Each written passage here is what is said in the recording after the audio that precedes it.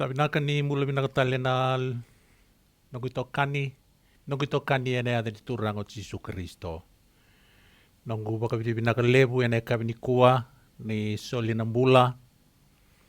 Ng bulang-bula binaka na malyo ni draki tauto bimate lagu durumati ko bura-bura. Baka binakatagi baka lebu na loloma ni kalau ni vei sereki tiko vei vangalalaki mai na iwau ni tobi mate loma lenga tukina na bura-bura taudoko.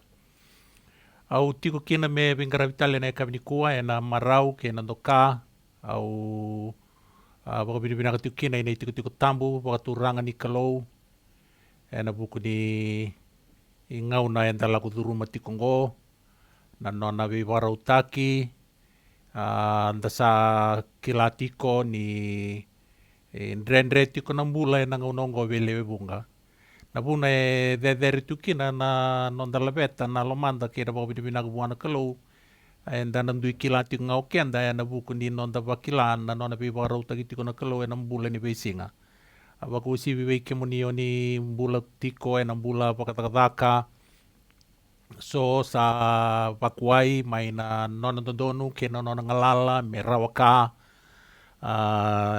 ena buku ni kai bau di kenda tu sulieti kuna kalau na mbula kale una bau ni binaka buana nona kalau au tiku kena ne kabini kuwa meu tiku butaka nona songoni ni buli bolu tambu ena vikita baki sa kinda baki tu mata tiku kena na itiko-tiko bakaturanga na itiko-tiko tambu na matubu vale bakalou sa kinda bakitiko ena kabini ko ena ada ni nonda turanga na nonda bakambula o Jesu Kristo nonda bakabini binaka lebu ni solietiko na kalau bekenda na mbula binaka kanda kinda bakatiko kina na nona mai tiko me vei ngaravi vei kenda na nona realo tambu enda dingoma ni saratiko batiki kenda ni kuwa ndakinda bakatiko na matu wale bakalo na kena mata takitiko mai na tiko baturanga warelo tambu takinda bakira na engilosi elo sabsabando be maroroi ndo be tauraki era mai tiko mera wakayang ataka bataki kenda na ngonongo era sando tu bataki kenda na singa kena bongi autopolietiko na dua bir na singa na mata sauti me uba madalataka be nunguyada betopolia me daka tako ko na vingravi ke non existence na yang ilosi ena bura-bura tawa kune enda tukina kau topoletiko ena na bosa malumulumung gingo batamate me upa madala takabua na non vingravi tu na yang ilosi kanda kinda bakira tiko ena kabini kuwa au kinda bakia mni talitunga na lubini kalau uni kinda bakitiko ena ndagauna ni uli wolo tambu ene kabiongo akida baki muniti ko na ni turang o Jesu Kristo may na veya sai bura-bura kakina be kenda ndeti ko na veya sai viti au sa kirea me udingomi ni una siang ni dabuyada kirea mo ni kila ni siangan ni ledava na kalau siangan ni kila kana kalau membaleta na nonda vi rongo di tiko na kabini kuwa Italiana no da siang ni vei reiti ko matana voto. Ena ada ni turango Jesu Kristo no de bakambula u kinda bagi kemuni ke ditu kena na kabingo. So mekan vanua sa bongi lebu saratiko sa kinda talitugan na mataka so na vanua sa karombo sombutiko vei kemuni na biasai viti ni warorongo tikumai wasa pasifika au kinda bagi ke meni ke tiko na ni turang o Jesu Kristo ni ko ne no man ni malata ni da siang ni be mata tik matana botu ni siang ni kilau lo malangi no nonda dui tiko na puno enda dui tiko kina siang ni kae terongi se me me tau bakambauti na nona presence na kalau wataki kenda Beki na baking goa alo tiko ni beki munia na ada ni turang o Jesu Kristo no de bakambula na nonda dau ni besereki na nonda inui na nonda buni kaua buni ganga and namma kati kungona nona rai tale mai wakarua me mai kauti kenda na nui senga ni waka yale ala sa kaina bula sa ikoina bula waka senga ni waka daba au sa krea me lolo na ulumuni na ngaunongok me dambori endo nono da masu me da krea na alo tambu me mai taura na ngauna me lewana ngauna tu meri kenda yani na woni singa ni waka dedengu ni kua sa krea me dono da masu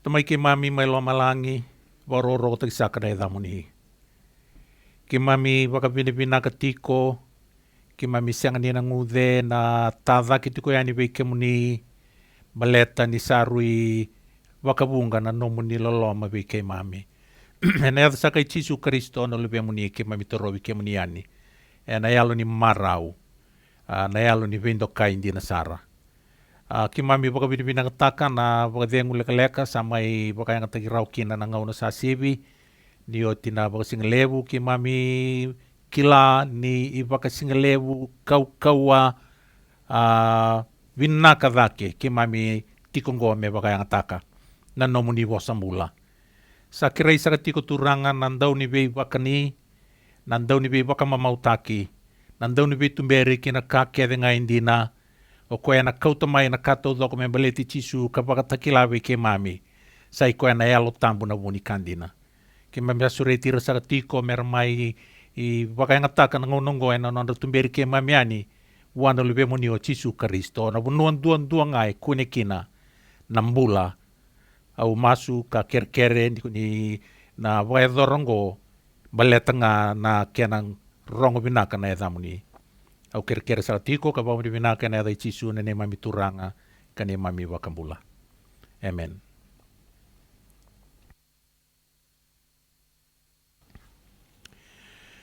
Sabina ka nonda ngauna ni bulibolo tambungoka u kinta baki kemuni talitiu kina na kabingoka anda baka divina ka takatiko na ngauna kamida ni wili ki ni bosa ni klo. Na Wala tambu satu kone tiku weekenda turang kira marama ni na yado indo na ndau singa. Singa ni ndau singa ni kana si biangun wai. Na non rabina katangana tamata mera rongo atan waso ni kalo. Skowi na wasa. E na didibi na yasa e wake burubura. Me bangarai sana siya ni kune. Kanda baka binibina ka kina ni se tiko na nona wasa mbula. Nona wasa mana na kalo. En de kilani kalo e na ipri wasi tini kerua tikina diwa e tukuni tiu kina ni kalo. E mbuka wanga dhaunre. Baleta ni nona nature na kalo ya e na nama ka kina ni nona vosa e rau ni wakatauto watataki talenga ni vosa buka wanga dhaunre. Na nonda wilika na vosa ni kalo me wakama na nonda mbula ka wakasaba sabata kasara. Me wakana kena inaki e volai ka soli kina weekenda.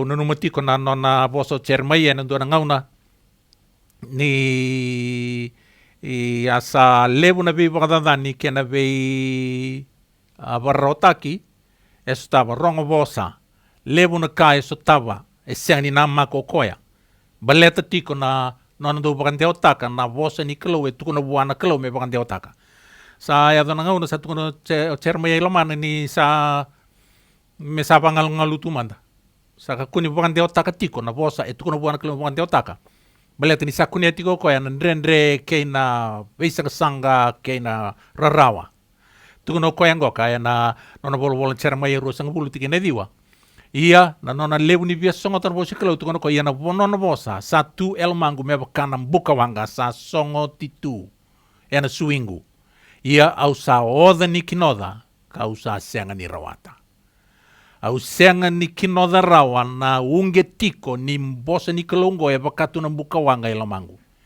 ka sa senga kina ni rawata langabi kianda menda nandau tu ka kinoda kina na nonda mai wasea ya ni veira na tamata nantina na kami da ni vei taura ki wata kina kalau na nona bosa mbula enda sapa kilau kianda ni sabi sere ki vei kianda e nandondonu menda wasta menda wasea me vei wakayalo gangataki me vei sere ki vei rere se waudi tu karayalo lilai ngona kai tu kuntel ngau cermai na wasi tini kalima tini ono wanu inui ni ngona kai na the weekend ni kua Sakune na nomuni vosa, ia ka wakania, kasayado na nomuni vosa me kani reki ke na kani marau ki na lomangu. Ni kausa wakatokai ene dhamuni tiova na kalau ni lewe bunga. Wakanui nui tiko ni we wakana kiana dina we teremaia na mala ni vosa ni i kalau e wilika. Ene ya talanga weekenda ene kavi ni kua. Au kilani mbera na nonda mai songo lati tiko ena ngonongo enda be stala no tiko mai ena ndo ni ulutanga ni bulu bolo tambo ne via kavi wango e wakatokai tiko behold the men. Ka sama i o titiko e tinika wā, na tikina, na kene wase, enda mai wakatawara na tikina e tinika 5, e na nonda rongo i tukutuku e na singalevu, kau na toro ena e kaviniko na kena i oti, na part 16, ni ulutanga ni buli bolo tamungo ka Behold the Men, baleta me rau ni i produce taki ka release taki ani na YouTube, ke na DVD, me rau ni kunei na mbula na vesireki na wakadengu veira e ravangaratu kana kunei ndondonga wana turango Jesu Kristo ni da wakarithi koe matua enda na vesau menda wakata ki koe me wakana mali wasa ni Ellen White umbiuta toka ra beholding Christ for the purpose of becoming like him menda wakarithi Jesu Kristo matua ena enaken duambau me vesau na nonda mbula na nonda itobo menda udhuya na itobo ni ngone turango Jesu Kristo. Palesa ko ito kaya na principle. Sambi ito na kalau e nono wasa karuni i kornida wasi tolu tikina itin kawalu. Ni dere bisa ume wakana kanda maraida. Na nonda yulutanga ni tikina itin kono na last part ni Behold the Men na nonda i liu kandau tataro. Our forerunner and advocate. Na nonda ndau dhidi kwa ye liu vei kenda. Kaya na nonda ndau ni vei sorwaki. Na nonda ndau tataro. Nangoni turango Jesu Kristo, satu kono tiko ya na choni wase tini kamati kena du kena tolu no vosa ni yala rongo vinaka. Mika kundi rarao na lama mundo, ndu bandinata tiko na kalau, ndu bandinata ya utali tunga, ndu kakua ni na numa ni kira undu indui. Na tikina mai vali na tamagu na kabagai tamera. Keba kama nga esenga, au na vara utaka indoni tikina mena mundo, au na lesu tale mai, maleta, au siang di kata mendo yali yana bunua au vara utaka tiko ubiang bula tiko katau mundu wata kei kemni. Eda wili kana tikin bol tamugo ena singalebu na matani pita wasien dua tikina tini kawalu nindo sa kila do sa siang ni voli ena bikai da wale ena siliva siana koula mai na nomundo ivala se sewan do sa rawata mai vei ira na nomundo ngase ena nrata leinga i karisito mewaka na lami sa senga ni dha endua ni tikina. O koya sa lesi eliu sangai tau yabu taki emuri ko burbura ka sangai wakaraitaki ena ngauna emuri ongo ena buku mundo. Au biwili katalenga ni berni wamadala na wakatakilawa setin ketolu na kiana wakaya tu takitikumai na kame meleta na manu kei na nona na bibasa ura rataki kei erna bakaroko buana manu. Tukuni bangoka ni oira kede era wakaroko kalotu wana manu na ya dhandra ena senga ni volai ena i vola ni mbula ni lami sa wakamatei mana i wakate kivu kei burbura. The lamb slain from the foundation of the world. Enda sabi tala no tingo ena nondabi wasaki takatikumai ka bewa seitiko ena iulutanga enda bi tala no tikumai kina ena dona ngauna sa siviani. Behold the Men. Ni tuba turanga marama dhurbo ngone lewa. Ni nona mai vesereki o chisu e ame mai mate ena buruburungo me tokaro ko e bua na ito tongi ko endo don menonda e senga ningai naki taki koso nga ni sa yado na lenga o kenda na tamata yana nonda iwalwal ni bula bunga na ngauna sandu yado endo na lenga senga ni namaki sanda ngai ndo tuba ena buku ni lenga enda na sa kasamitango ni na yado na kalau senga ni bakakina sangai tiko na naki me dhaka na veimbuli malabu sar na ngauna. Nimbere bimbuli sa ndabo titu na itubutubo ni nonda may pangambulay na tamanta. Ya indo na kain doon mendo baka binibina kataka baka lebu kanton doka. Au mbiuta da kitungo na yalo ni kebaka sa koyango na yalo ni universe and mbula kina. Na nonda bura senga saranga ni laurai rawa mandanga ya na scale ngo na bunuay tigo kino koya na kiana somindi ni baka toto batataki kaya na bunua tambula tu kina koe no universe na kalau. Na naki-naki, membuli na planet Earth ka pakatawani. Nimbera mandanga ni zakana nakina ingo. Kebaka endina. Aumbito tunga mero ni buki kende no nda pakanananu. Kebaka endina ni okoya ya na center of the universe. Na bunuai tiko kina no tiko pakaturang na nonda kalau zezere nonda kalau levu. Nimbera ni retau naki-naki. Membuli na burabura. Me pakatawani na burabura. Etku ni ikia sa zakatalengaki na naki-naki ni nona na may mate lame o Chisu Kristo. Kila ninda to problema da kasama tango to no mana malibos ni tebita na same wa se walu tikine to lukine tikine ba na nona to bango tebita ni ubakana numa na lomalango ni bulia na vula na kalo au gaibana numa na nungumbula ni waktu tu patke na langi ni lomalango ni bulia torong to na zava na tamata mo nindo na numikoya sena lube ni tamata mo nindo mai sikovi koya Veverindina na kena bakasamataki may buwana tamati ni kalo tebita na vahanana nung kombaleta na kena bakatumbura raw na bunga na ngauna na nondambula buwana kalo senga bakandua ni baundua na ngauna me nakita ilamana na kalo mengule da bikenda baleta na nona lolo malebu sa tukuni kata itu ni bermantanga ni retou tuba membuli na bura-bura sandabo titi ko na naki-naki mena may mati na lumini kalo na bukunta ninda ibalbalada. Na mal ni wol ni Ellen White na Desire of Phases dari pepro sa ngabul karua para karaburo wili kawa sa wili ko ndigo na nonda ve ulutang sa sibiani mo sem mata talengaki na itukutuku me may wadabari na ulutang ni Behold the Man. Na Desire of Phases wala Ellen White ngoka.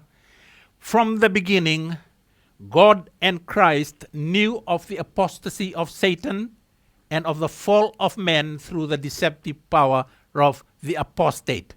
Autobolema nga mombitan doon na kaya na timeline. Ya, na Bible, na beginning, na Genesis, na the Genesis o kenda. Nangauna embuliki na natamata. O tiya laimbale na tamata, the fall of men. Yenimbera na creation sa bukitan yo Lucifer kerno na nenglosi. Lucifer apostatized. Nimberaya siyang ni kilay wada pa ng balabo ni ngaw na yan kina ngaw na tawa mundo sa sibiani asambulyo ti kino setani wat kirno na engilosi. That was before the eternity passed. Yang itu kunting ka from the beginning may na eternity passed. God and Christ knew of the apostasy of Satan and of the fall of man through the deceptive power of the apostate. Yes, ando na ka. Nanongu marau kaya nanongu bawa binibinakan nindo baka samatakan na bikay rabulay bango ni kila ni kalo siyang ni irresponsible God siyang ni kalo zaka buling gay waraga tu me raida sena didi binaga siyang ni koya na matagali kalo ang tagaraba sa kilaba ka binaga to na kakede kaba ka biuta kede koya na beilawa kaya na bika me birimbaita na ka sematiani bua. Wakurina statement ko na tukuni, the plan of our redemption was not an afterthought, a plan formulated after the fall of Adam. It was a revelation of the mystery which has been kept in silence through times eternal. It was an unfolding of the principles that from eternal ages have been the foundation of God's throne.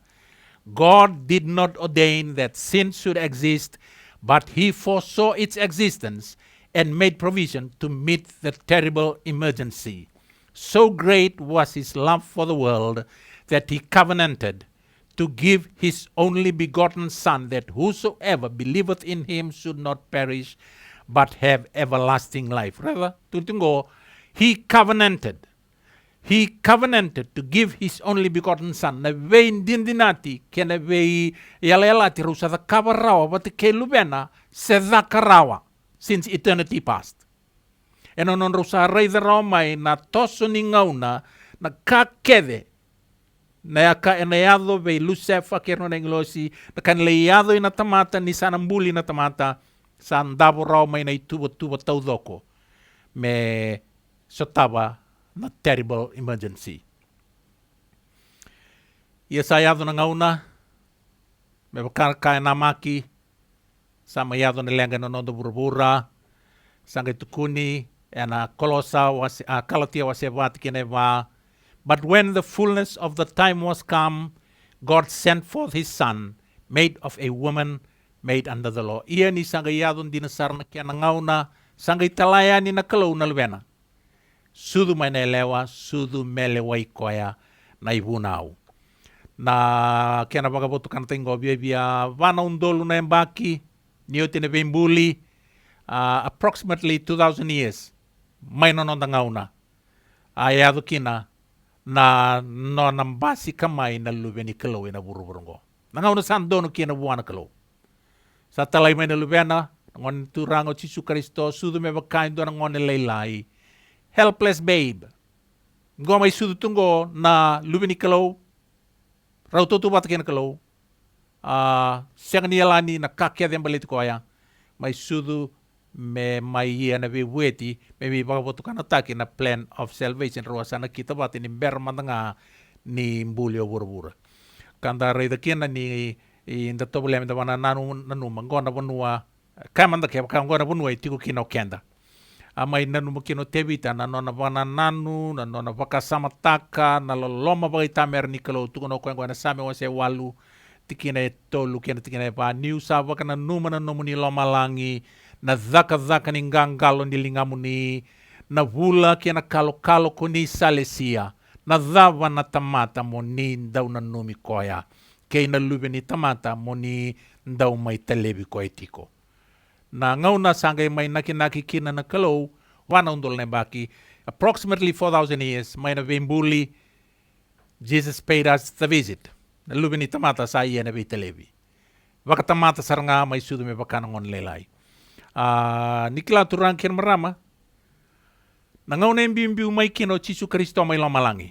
When Jesus left heaven and came to this dark world to save the human race from destruction, nikila na daba God the Father and all his angels and all heaven braced themselves that Jesus may never return.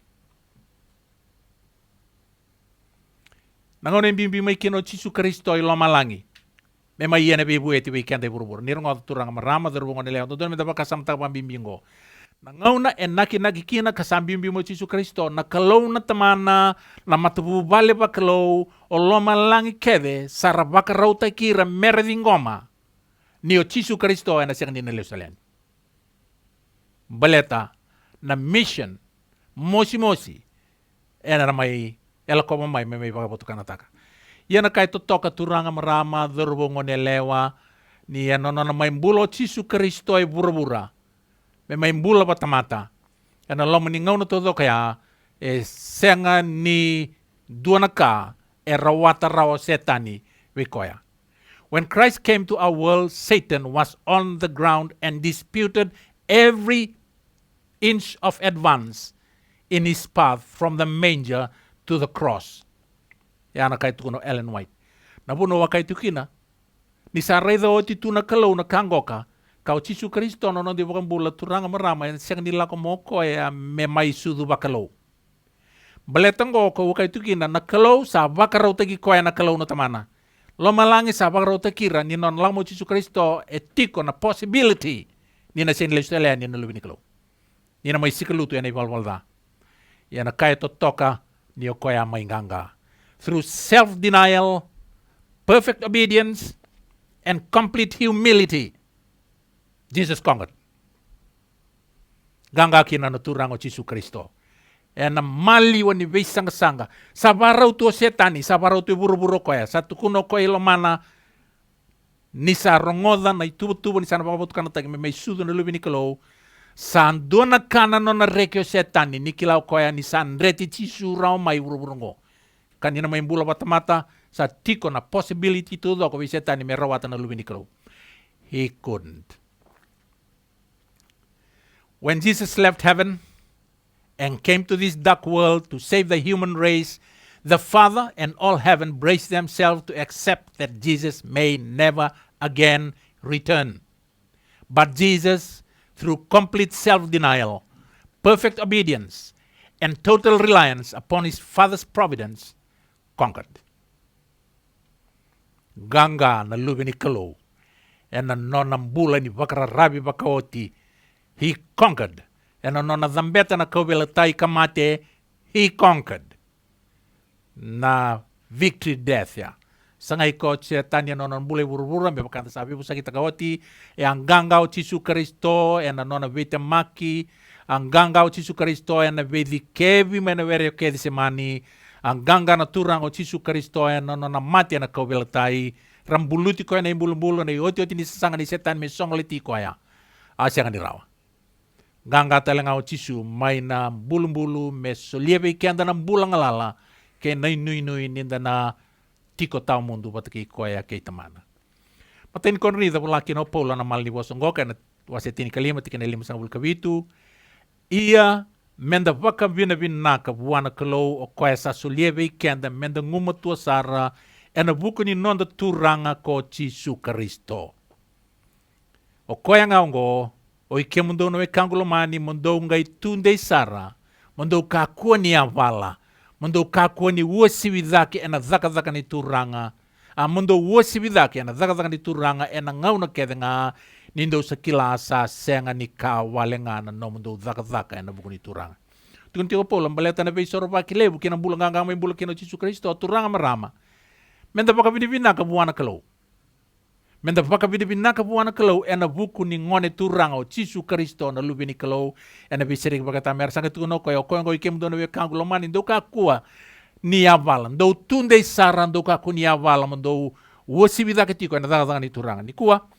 As we continue with the series, continue to behold the man. Sarunga turanga kina marama. Tunti pola kunindo avala. Stay focused.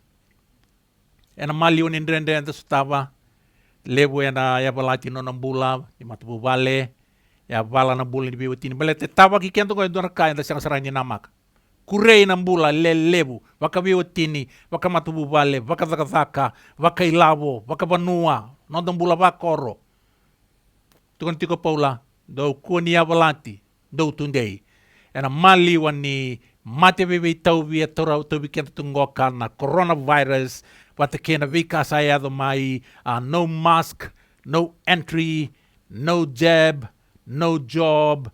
Na kaya ndo stabango crisis after crisis after crisis and a level dake tukun tiko paula you stay focused. Dei tiko ka kuni yali na nomu baka na nanu na lomamu na nomu rai mai buana turang o Jesu Kristo. Obia baka dei taka tiko weekenda ongo ambaleta ena senga ni na mamanda dhaki ena senga tale sa oti au sa tukuna pavita sa oti na ngauna koula kami kamida talei nimbula ke burbura sa takali sa tukuna tiko Isaiah wakana mode lili ena mbale ena senga ni tu dhake tale ia mai dhaba na vingarabi ni tu rango Jesu Kristo sa ngangau koya ai oti ni tatau oti ni masala isolitiko mai na uli ni buno di biolive nimber na bitala mesa yele stale ko anel golako ina tiko baka turanga mai lo malangi sa tegbu mesa suspend taki na pull of gravity mai bua na lubi ni kalo sa tala veda ke baka malu na ngona sa senga ninga indua na ivesu tiko buru me besuki ko ya as he starts to make his ascension nona la ko ya en sawara ko tungango Arto mai tiko e ruana roma imbasi ka tu e muri e ruana engelosi. Ka e nandele ni non to loma le na mosi ni alo e satu kono ruana engelosi ngoka virto na tisepeli. Kem dono kai kale lindu satu karema tu e loma langi na buku ni dava. This same Jesus. To kono rao, not a different one, this very same Jesus. Wa e kauda ke ve kem no mai ke ve kem do e loma langi e na lesu tale mai me ba kasarangana no mundo rei di koya. E no na lako ngo ilo malangi. Waktu rumi kosti mengo ile una kospeli. Wakana secret rapture.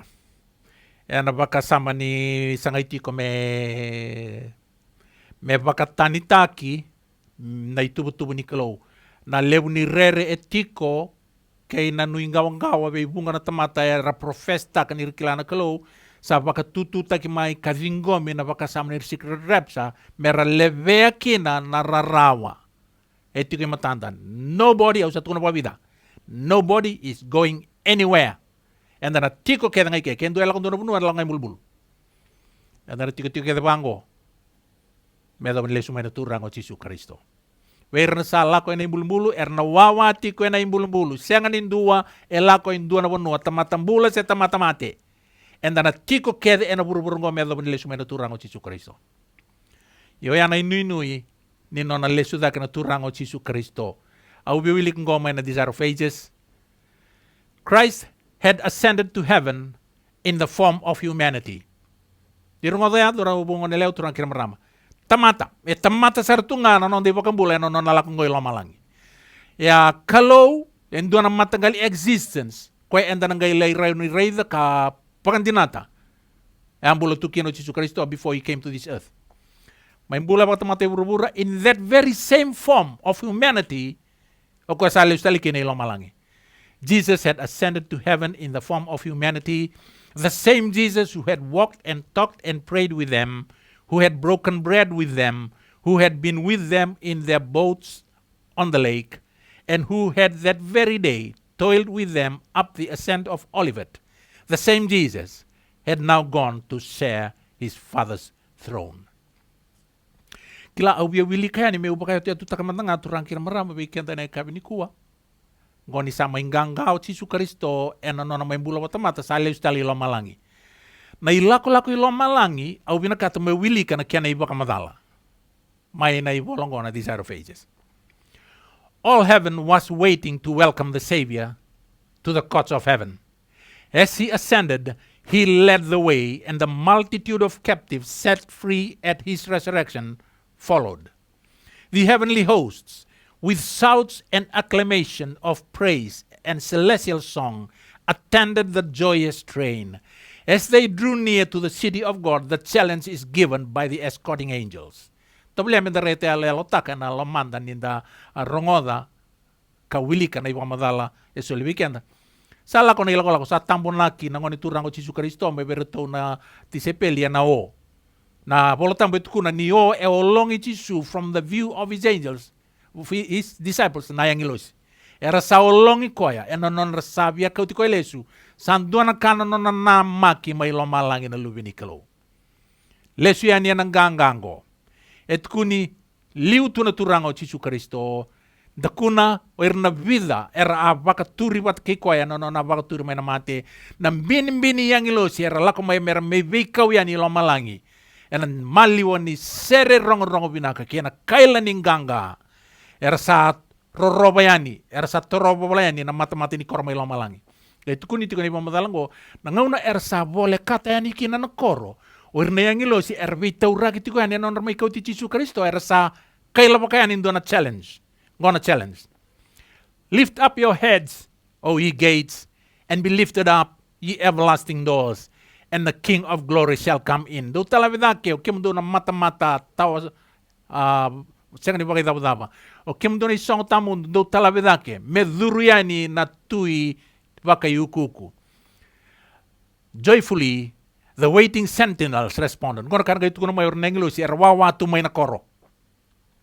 Who is this King of glory?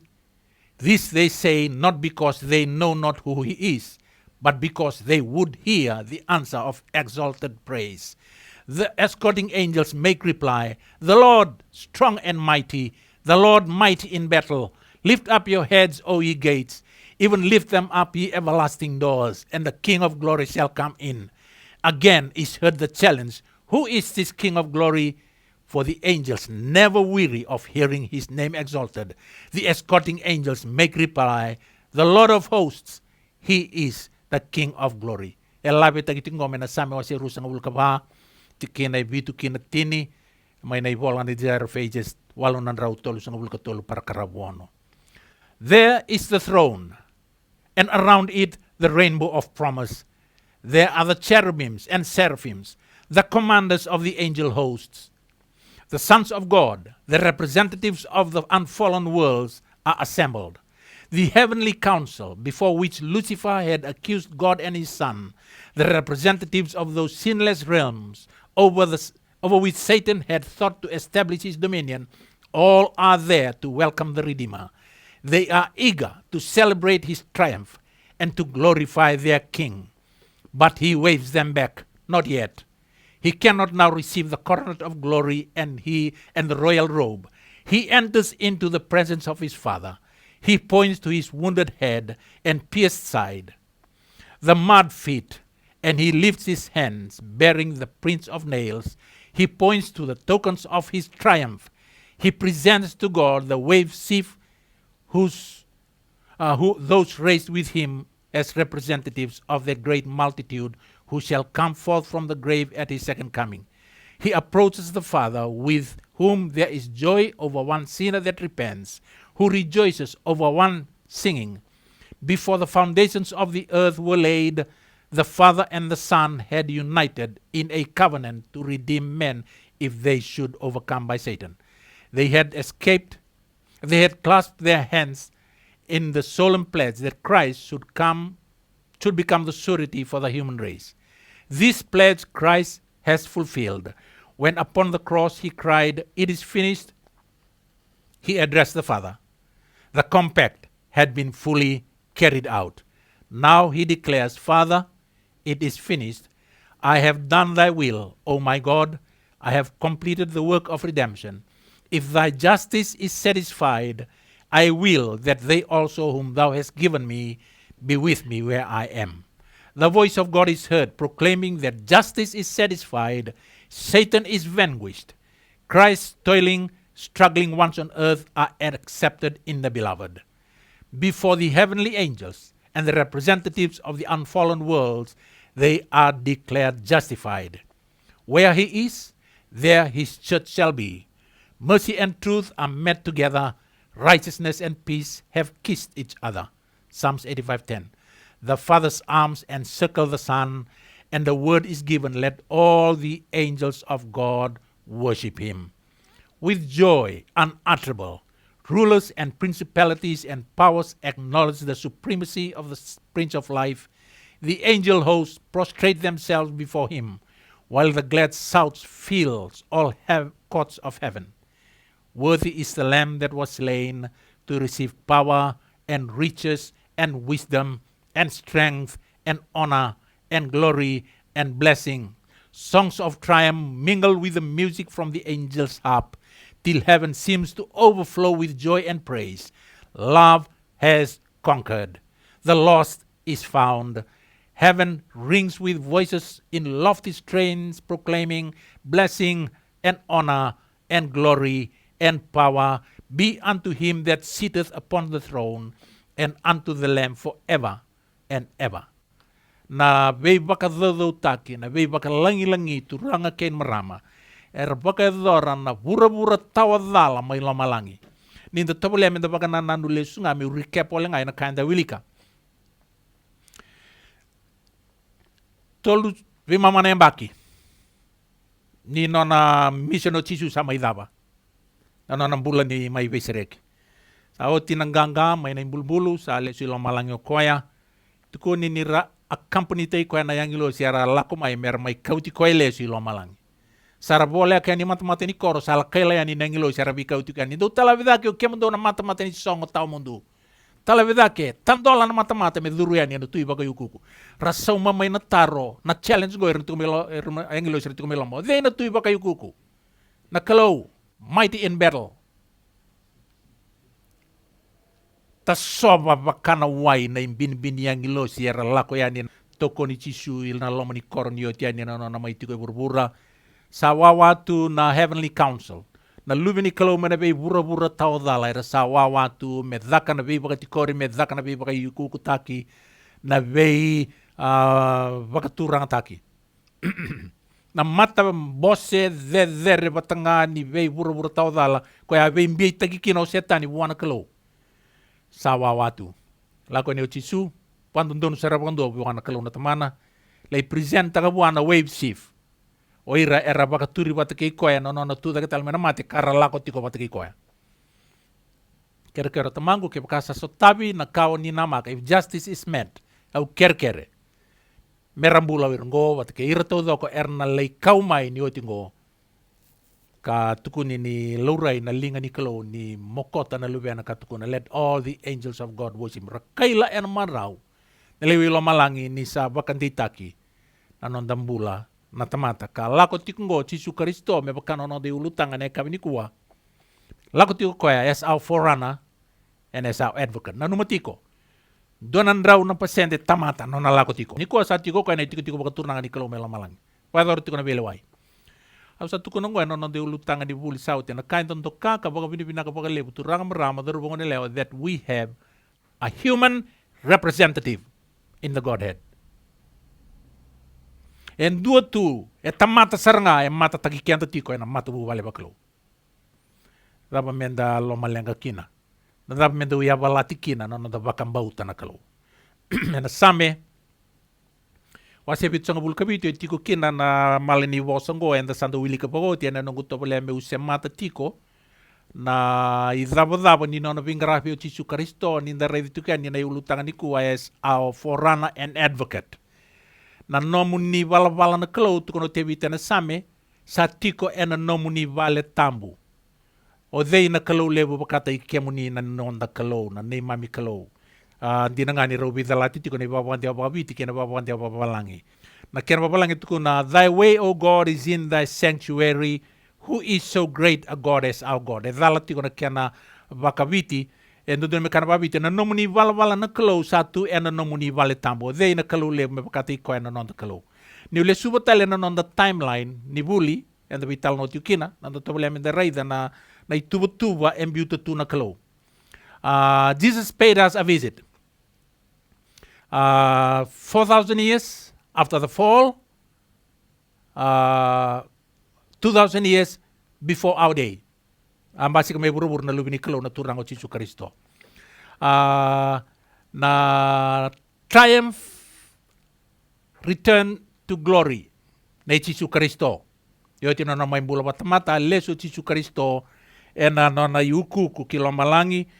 Non itatau vertona na English na buni kamera to the kaba en ratona nama kina levu na ndende mestavi mate kino chemesa me bakanda vital no kina ni singlevu sabi tartarabi na non ruto baka matei na nona tisepeli yoti ochoni le kuneitu ene mai patimo ka ndakila ni mai ene non patimo turang kin marama e baka takila kina veichoni o Jesu Kristo na veka eneado ena malio ni nona asa lako da kei lo malangi ki nona leilesu tele mai.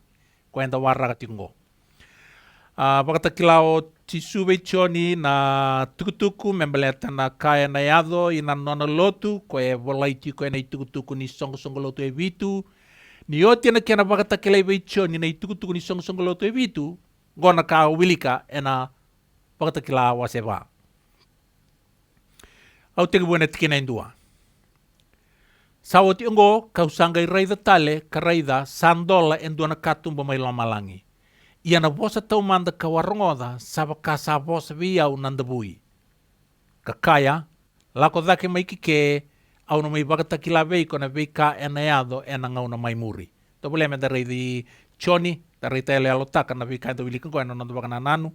Ni rongodo choni enduana vosa, wakai vosa veiko nandabui, tuna wa choni lako dhake mai kike au na baka takilawe ko na bikana ya mai burga tukono choni ngoi na tikine rua sanga dirumia ubaka sauri na yalo tambu karaida sadaka endo na tiko baka turang mai lo malangi endo tiko kina sang ni tukono choni au reidi lo malangi ni tandola ke baka enda na ulika na virla ko sitiveni ena zaka wasebitu ena tukuni ena keni tukutuku ni o sitiveni e reida ni tandola o lo malangi o cheno tikono koya tukuno koya au reida nindola enduana katumba mai lo malangi ngai tukuni biau me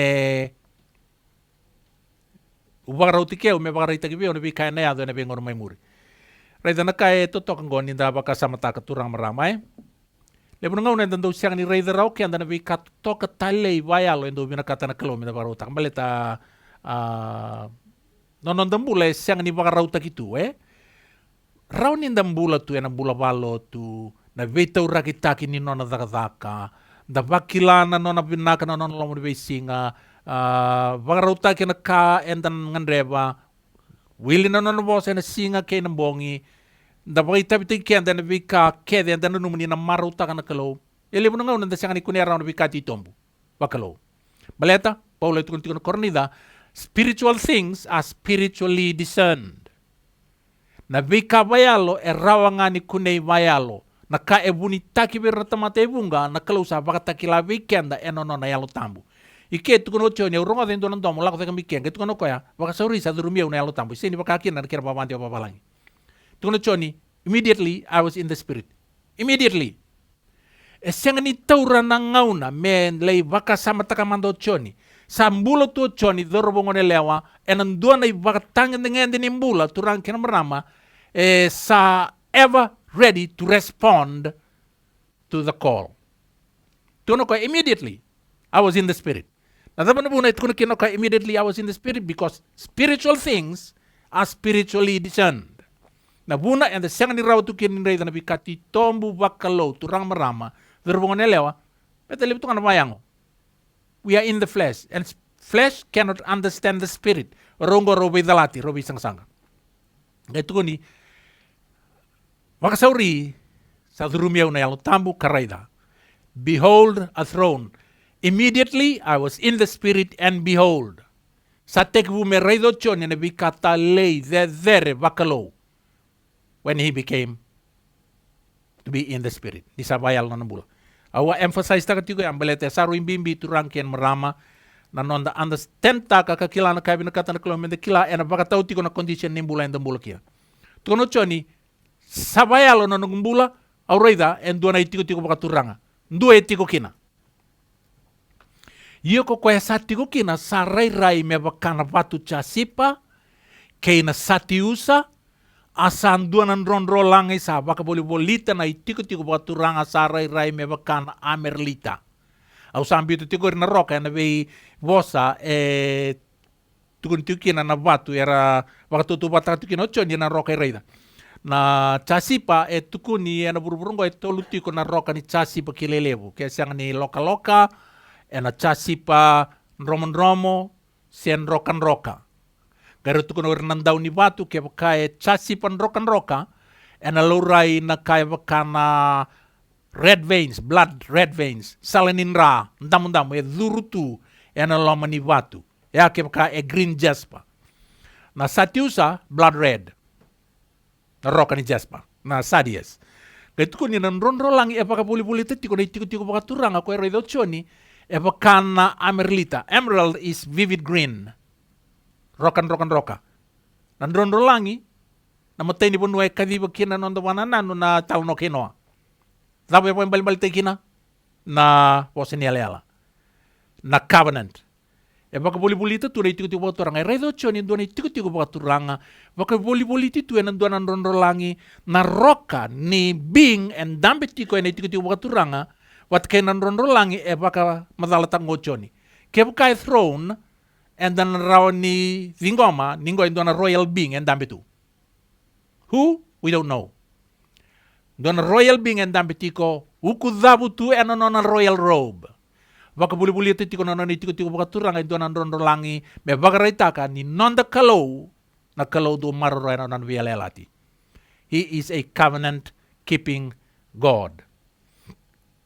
Au na numa ni wasaba madalata ko tingo meu recap ta talenga kina meu be bana numi ka bimbole ngo ni santa ma yada bana yoti ni wasi ni ulutang go biol na men. Iklana ndondro langi do mbasi kan go ya ngona ni daba. Kon to go be ngon ni uda.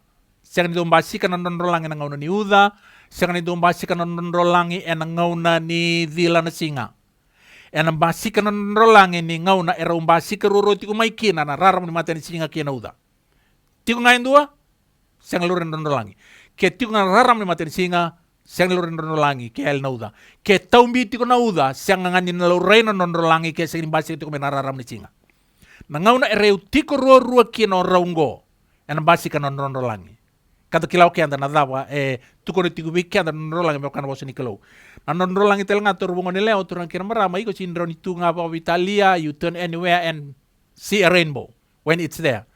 Na nomu location, kay na direction, o bukitu kina, na baka tau kina, o na redan rondo lang siyang. Kaya tau tiko na uda, Kadilo tiko na singa, mo tiko iko ena malio ni raram ni mate ni singa, kena tauniuda with your back towards the sun. Iko na gaya na rainbow. Kau tiko, your location have to be right. And the direction you're facing have to be right in order to see the rainbow. Keo tiko ena ndako ni mate ni singa, iko na sin rei na rondo langi. Mo tiko ena malio ni raram ni mate ni singa, kena tauniuda, kau baka nandaku tiko ena raram ni mate ni singa, baka na mate na uda wana gaya na rondo langi. Le analyze taka. Na law of nature and beauty tuna kalau, tobole mo le analyze taka, ona reida na totoka ni lesson and beauty tuna kalau ina nature. Au na bitu manda sona space me rau ni lei I zakava na tamata andu e sona waka sama me vandeu de sona kabango me reida kina no lolo mana kalau. Yongo na kare do choni. Tiku tiku baka turanga, dambi tu kina indu na royal being, fully dressed, royal robe, waka buli tu tuna no na tiku tiku baka turanga indu na rolangi. Wakuria na tiku tiku no choni, asa ruasa nga vulu kava na tiku tiku baka turanga, sa waka buli na tiku tiku baka turanga. So, tiku na throne, and another 24 thrones. Ia kausa reida ele ruasa nga vulu kava nanga se sa tiku ena tiku tiku, sa pakai sulu ena sulu bula-bula, asa pakai sala na ulunra ena sala koula. Asa lako mai na tiku-tiku baka turanga na liba-liba kay na kurkuru, kay na bosa. Sa vitu na dina ni buka sa daunre tiko ena mati ni tiku-tiku baka turanga, wira ongo na yalo ni kalau ertole vitu, asa tu ena mati ni tiku-tiku baka turanga na wasa ilo eba kana karistala. Asa tiko evana kambula eloma ni tiku-tiku baka turanga, kabaka bulita, asa baka matana, asa baka matana kedenga na yangondra, na matandra kena tukundra.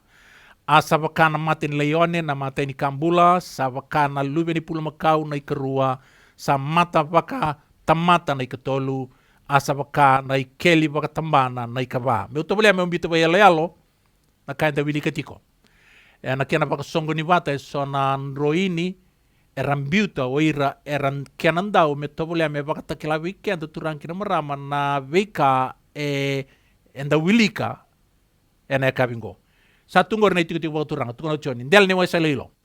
Sea of glass. Dona throne, dambi tu kina indua. Kaya baka sa throne, me baka sa tukunoti, then this is a royal being sitting on his throne. Et kuni na rokana ke na ronro langi e baka buli-buli tu tiko na tiku-tiku baka turanga. Tuko no choni au raida ni baka buli-buli tu tiko na tiku-tiku baka turanga go e rua sanga bulu kabata le na tiku-tiku baka turanga. They are also thrones. Era tondambi tu kina e rua sanga bulu kava nangase. Kaya tuko no choni e na loma ni mali o ni tiku-tiku baka turanga era tau tiko kina e vana kambula. Dua e mata baka leone, dua e mata baka pulu makau, dua e mata baka tamatan, dua e mata baka ikeli baka tambana. Kaya tuko choni, rotor vana kambula go, e loka ni mata, e sina yang on ratu kede. And dina ni features ni matan ratu sapa matala toka, but the whole body, nothing but eyes. I liu in the kun ratu, just full of eyes. Dua berto e mata baka leone tiko, dua mata baka pulmakau, dua mata baka lumini tamatan, dua mata baka ikeli, ka nasiangan ni una baka deu da baka telalai na bikain baleti rutou, e na gaindu na kiana buli merau ninda vitala notak na taro meka terong i vena bonua era tiku kino i rongoka wata na dhava na inaki ni songo tongo o deiso era songo tingo. Era lako mai veu era nangasi rusanga bulka bakir na kambu lai vango. Non deu lutanga tu nikua, behold the man, o Jesus Christo as our forerunner and as our advocate. Samayado tiko non dei tuku ni sanganga ko e burubura, sale stali lomalangi, tiko me lomalangi melingrava na itabi sabo melingrava na kena pakata bari baka binakasara non do pambulai na tamata. Rongo do binang kautkuna na kena pakata bari baka binakasara na itubu-tubu ni non do baka bulai. Senga ni sa pakata bari na plan of salvation na non matu Jesus Christo makalwatai. The plan is not finished yet. And doon na kaya sebiali pakata baro Jesus Christo ko e tiko kinango. Kuana kena iba madala suliango weekend choni.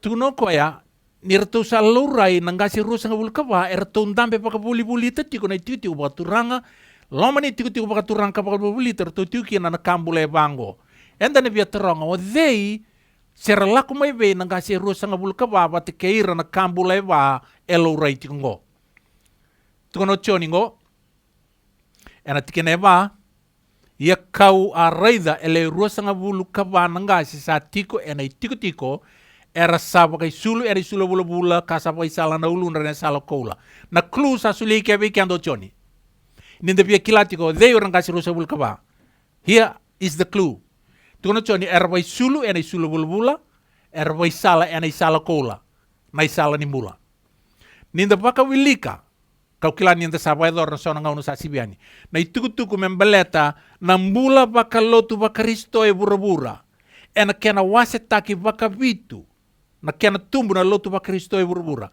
Na songo lotu o sariti. E tukuni membaleta na songo lotu o sariti ngo. Wasa ngumatua, ena baka isulu, ena isulu bula-bula.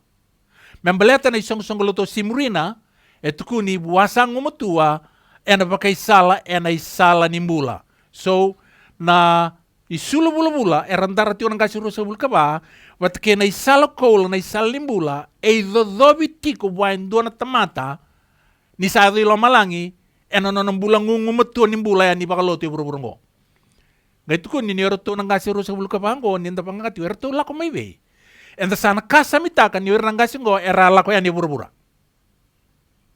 enda bina kata menda bakan dei takatale ena ibol tambu se bena bunu enda rauni wilika kina endo na talan o ni sona tamata era akawi lo malangi beletani ibol tambu ngo sama tata tingani tamata esa sofa sati ko melo malangi karala ko o Inoki. And then there's Elijah. There was Elijah ko sa kaudake. Mosese ko ya mate bakaturi. Lauta kilo malangi. Yesus Kristo. But here are 24 elders.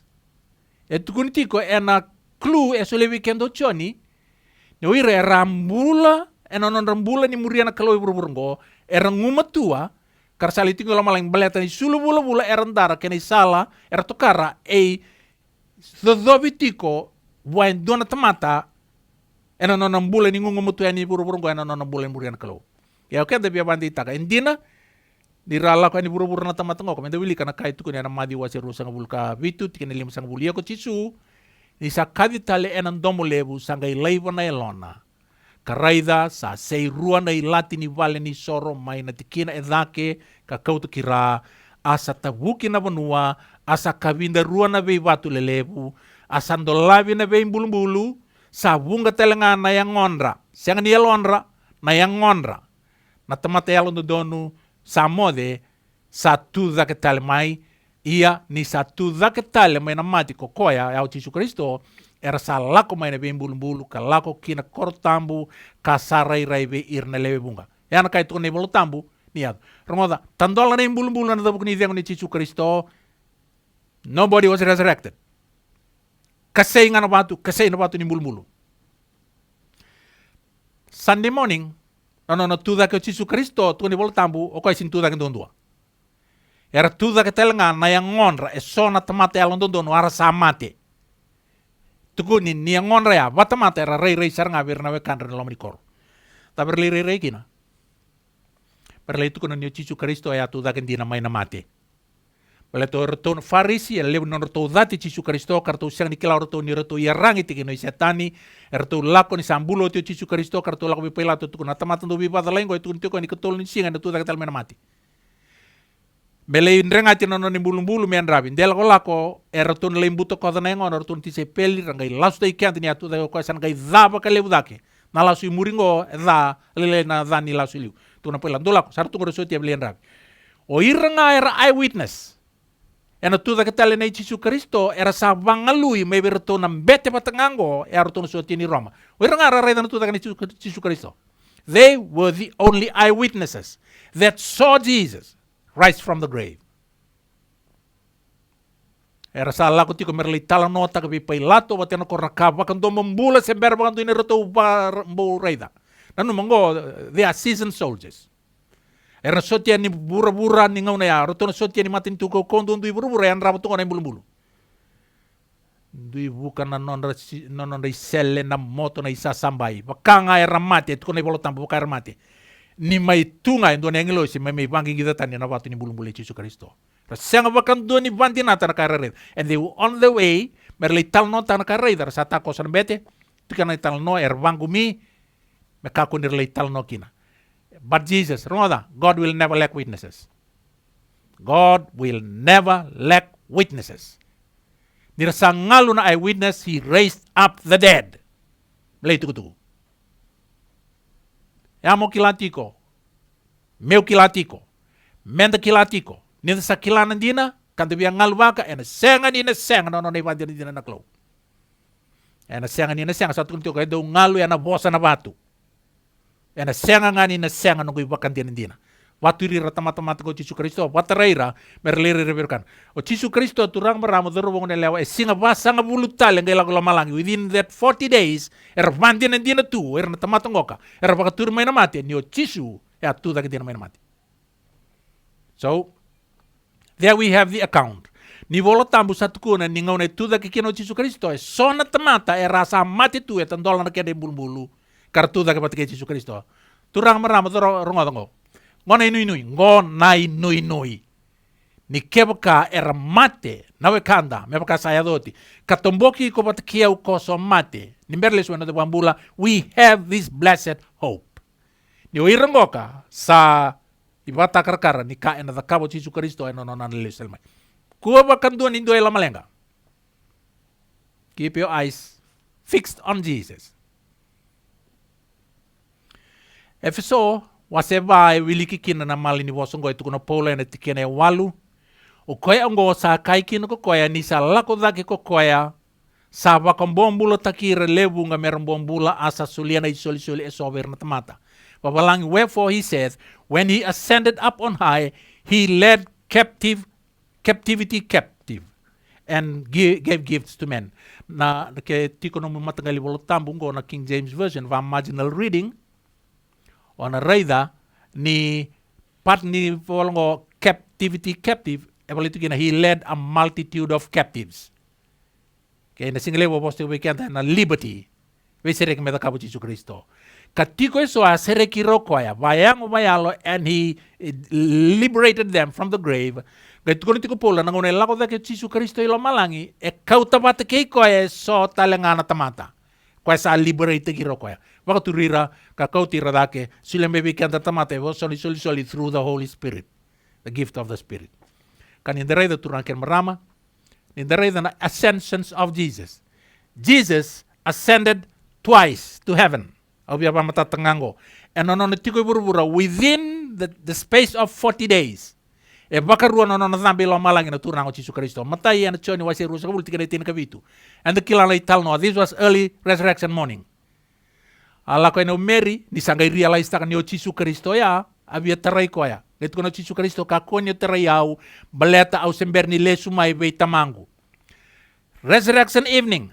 Ya kabitu ngani singa wato ya niyo tinono na rei biro na lako tuki ya meorto tumbal patile sumai reto mai rei di ko etale ni vakabo tui ko eno lomo ni vale. O ko ya sagai soliana ndo donu ki ya meorto tarai ko ya. Ya vakatambu ini tarai na ngona na mataka. Tono ko eno no ulumbale. The reason why he is not to be touched in the morning, tuno koya balete usimber nile sumai tamangu. Ene kabi sa sulio koya ngalala meroto tarai koya. And the nadingoma kina turankin rama that day o koya e alako ilo malangi kalesu talemai. That was one of his ascension. 40 days later, sangay lago koya. Kwento wili kiti kuna zakazak wasiendo tikina itini kandua.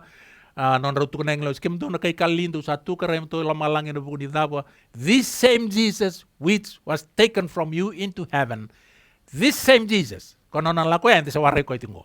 So within the space of 40 days turang marama o Yesu e a lako kinabagaro lamalangi.